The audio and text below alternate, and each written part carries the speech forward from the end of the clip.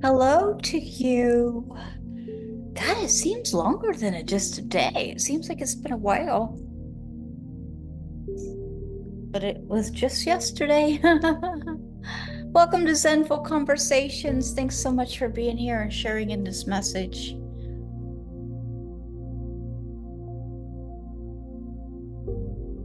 The more of us that project good energy, the better.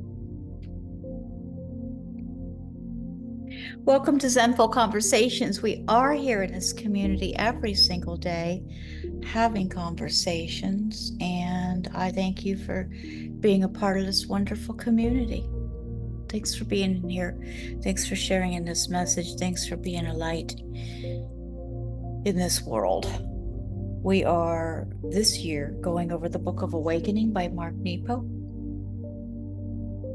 The Book of Awakening by Mark Nepo. It's a New York Times best-selling book, and it's described as having the life you want by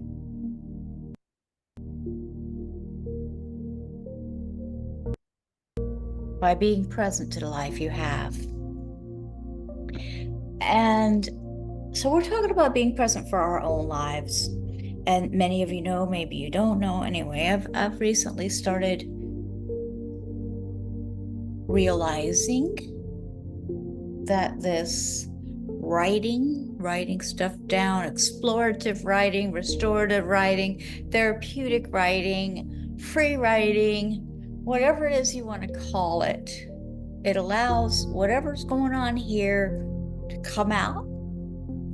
And then I find that interesting because I'm not controlling what comes out. I'm not trying to write anything good.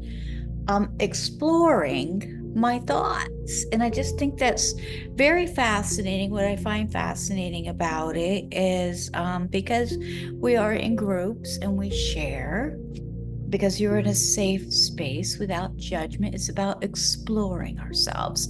And this to me is really, really allowing my relationship with myself to grow in leaps and bounds. So I just know it's the next step on the healing journey for me, and I'm finding it fascinating. So anyway, I have actually completed a pretty good sized journal book. This was the book that I had, and I got to the end of it. And I'm like, well, you know what I want to do? Last night, I let myself in. I don't yet schedule enough time with myself to explore my own thoughts, but I do. And I'm doing it a couple times a week. So I'm happy with that because I'm allowing myself to be a beginner and I'm not putting any shame or blame or anything. I'm letting myself enjoy this process because there's a lot to it. But anyway, I said, I'm going to stay out here instead of going to bed with the dogs, etc. When it was bedtime. I said, I'm going to sit out here in the living room and just go. I had a cup of tea and let me go through this book because this is the first book that I've finished. And it's not a book, it's writing sessions. But I wanted to see what I actually wrote throughout this time period. And I'll tell you, so I had myself a cup of tea and I came in here, I shut the bedroom door, so it was just me in the living room. It was still light outside because the days are longer now, right? And I was sitting here in this chair. This chair is pretty cool because it's big. So it's not only it's deep and it's wide. So I'm able to take the pillows from the back and kind of put it up on the side and kind of sit in a relaxed position this way too. And that's what I did. And I'll tell you, right outside this front living room window, there was such a show of animals, birds. There were multiple cardinals, blue jays. There was so much beauty going on, and just the show that was going on was astounding. Astounding. And I'm like, this is what he's been talking about. I wondered, does this happen every night? And I'm missing it because I'm going to the other side of the house and going into the bedroom with my computer, more or less. That's what happens. Variations and different things, but a lot of times. And I definitely know I'm not alone in that.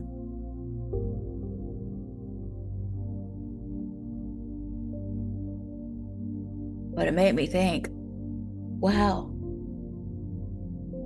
I'm missing out on a lot. This happens every day. Just allowing ourselves a little bit of space, a little bit of stillness goes so far. It was wonderful to just. So I've scheduled it in every Saturday. I'm going to let myself time block. And that's how it happens. You start to practice, you start to allow time and attention to something. And I think it's always going to be a practice because, this productiveness is so, not only prevalent in our society, but it's really hard to shake. Lord, with everything I've been through, as far as productiveness caused me a pretty good, I'll say, only productive. I shaved off everything I could for productivity. That's not a good idea, just here to say. But anyway, so my body actually rebelled. And I've been on this healing journey, which I'm so thrilled that I've found these tools that I have come across. I love my healing journey, actually. The journey itself has been wonderful. But that's when it turned around. I had to, because the body was rebelling and needed me to listen. I don't know what got off on it. Being present. I was present last night, and I really, really enjoyed scheduling in time like that. And I just was blown away that I'm going to look tonight to see if it's an everyday occurrence or if it was just a magical episode with a bunch of cardinals coming in with the sign of, So anyway, let's get to the message today. Tomorrow we begin July. Halfway. Start a third quarter. Unbelievable. The Book of Awakening by Mark Nepo, being present for our own lives, is the conversation we're having. The message we're offered today, day number 1981, is titled Looking Away. Looking away. Looking away. Let's take a couple breaths. Looking away.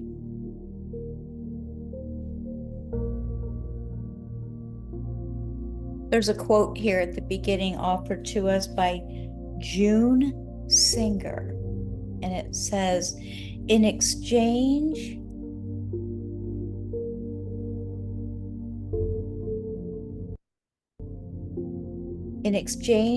for the promise of security, in exchange for the promise of security, Many people put a barrier between themselves and the adventures in consciousness that could put a whole new light on their personal lives. Let's hear it again. In exchange for the promise of security, many people put a barrier between themselves and the adventures in consciousness,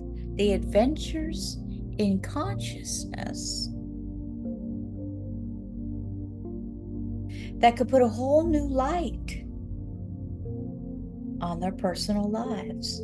Adventures in consciousness.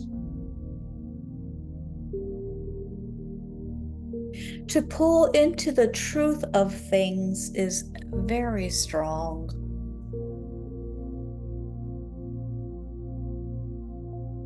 Often, the only way to resist it is to deny what we are seeing, to pretend our lives do not have to grow or change.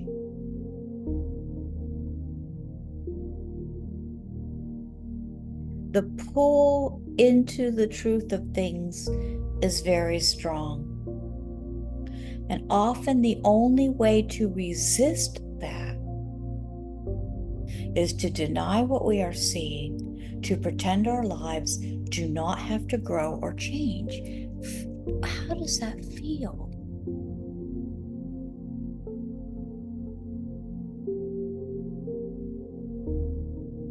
Yet when we do this, our spirit, which doesn't know how to pretend, keeps moving.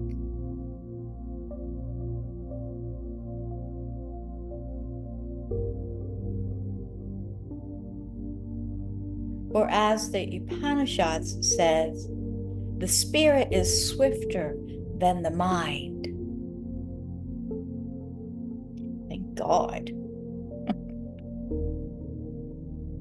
We are then painfully like a dog at the end of its leash, staked and running at the same time, pretending we don't know any better.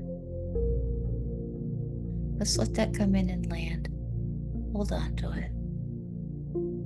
Just breathe soft with it.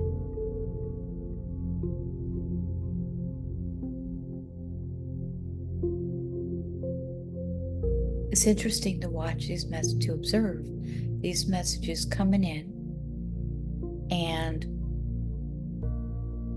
seeing how they land. Each one's different.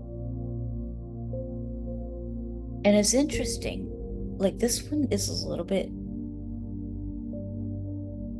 it's not coming in right away as and finding its place right away. It's coming in and it's like, it's just interesting to observe these and how we respond to each message and how it resonates or doesn't resonate. And then what do we do with that when it doesn't resonate? Because this is one hell of a powerful message this year. And for me, I best be listening. It ain't often we get to talk about being present every single day of the year in this depth. For me, anyway.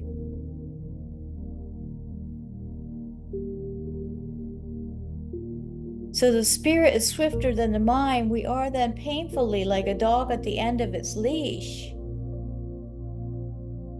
staked and running at the same time, pretending that we don't know any better. Interestingly, we tend to think of ignorance as an innocent not knowing. But the Buddhist teacher Chogyam Trungpa points out that to ignore someone or something is a willful looking away. a grave act of denying what is already conscious. Trungpa suggests that the willful act of looking away is a crime against the essence of things that costs us dearly. So he suggests that the willful act of looking away is a crime against the essence of things, and it costs us dearly. Take another breath here.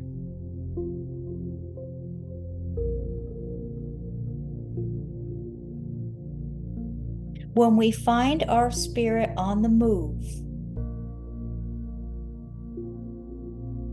when we are pretending otherwise, the tension can be ripping.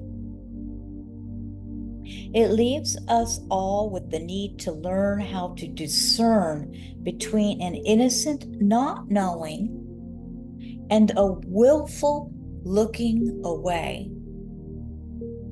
Hear it?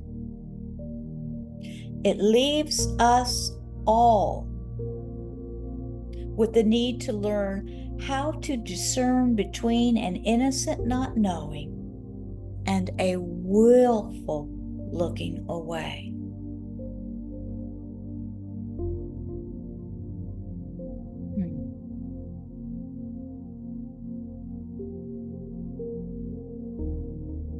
This is an inner knowing that can determine whether we will live like a dog at the end of our leash or whether we will run free through the grasses of life.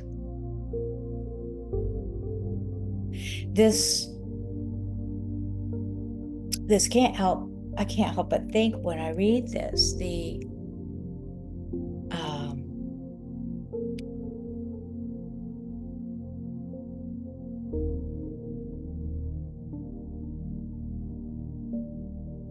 discernment. Learn how to discern between an innocent not knowing and a willful looking away. I think this willful looking away, we're talking now inner turmoil, right? Inner chaos. Ain't no damn way we're going to be having peaceful days with inner chaos like that. We might think so. We might try to fool ourselves, but not if we're talking about true and real.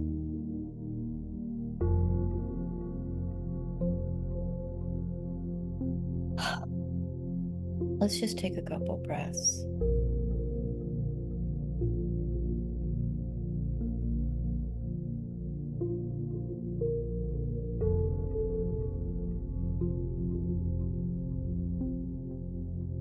So,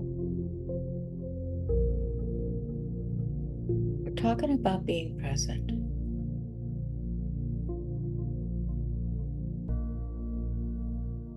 How present? You know, that's present truth.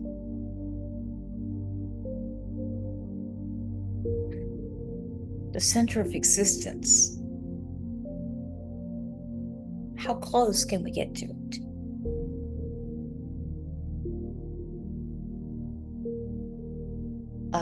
It's a question.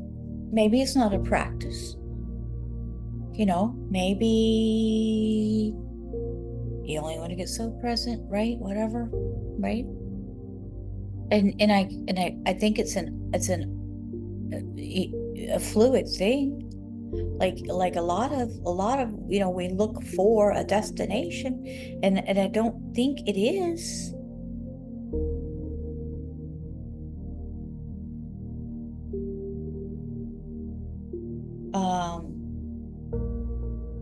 So this willful looking away, though, will stop us from being there because of the energy that's sold right along with that. You can't be here with this going on. So that's what we're missing, the opportunity to be here. So that's discernment. It leaves us all with the need to learn how to discern between an innocent not knowing and a willful looking away. And yeah, maybe, did anything cross your mind that you're willfully looking away at? You know, I'm actually thinking of a couple. So it's how free do we want to be? And it's a practice. And Rosemary Watola Tromer talks about this. That's why she does a writing every day since 2006. She's been writing daily poems since 2006 because it lets her be with what is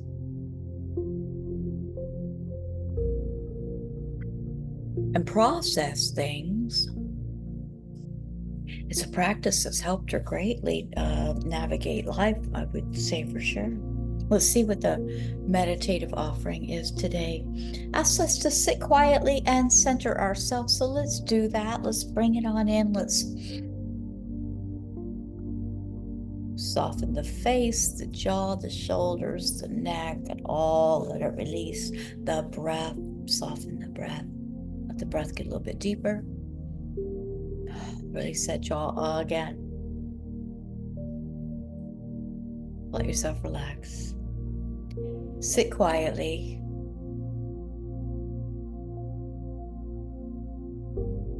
And center yourself.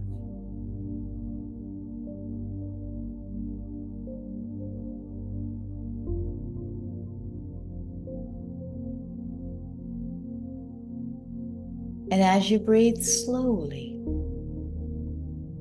try on the in-breath to sense your spirit. So on the in-breath, let's try to sense our spirit. So these may take some practice, and I'm going to say all of them. If we practiced them regularly, all of these meditative offerings, it undoubtedly would change our experience with each one, which changes our experience with everything. Yay? So as you breathe slowly, try on the in-breath to sense your spirit. So we're breathing, we're sitting quietly, we're centering ourselves, a slow, steady breath. And on the in-breath, try to sense our spirit and feel where it is living in you.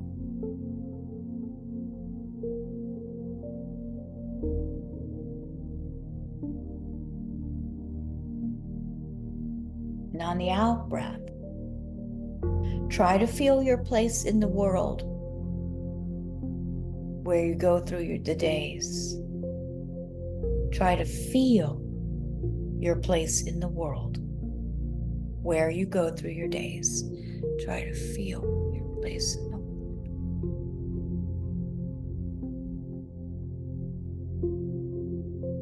And as you breathe, keep sensing your spirit and feeling your place. Keep sensing your spirit and feeling your place. Simply notice any difference, and throughout your day, look there. Your simple and honest looking will lessen the gap.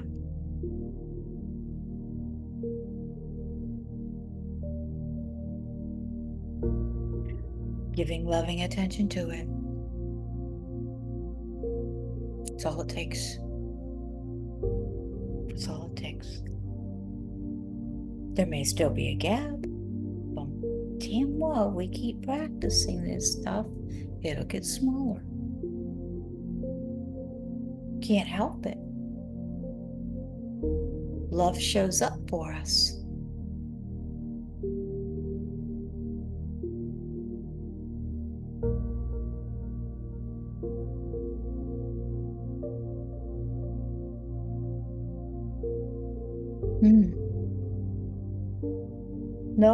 Let's notice this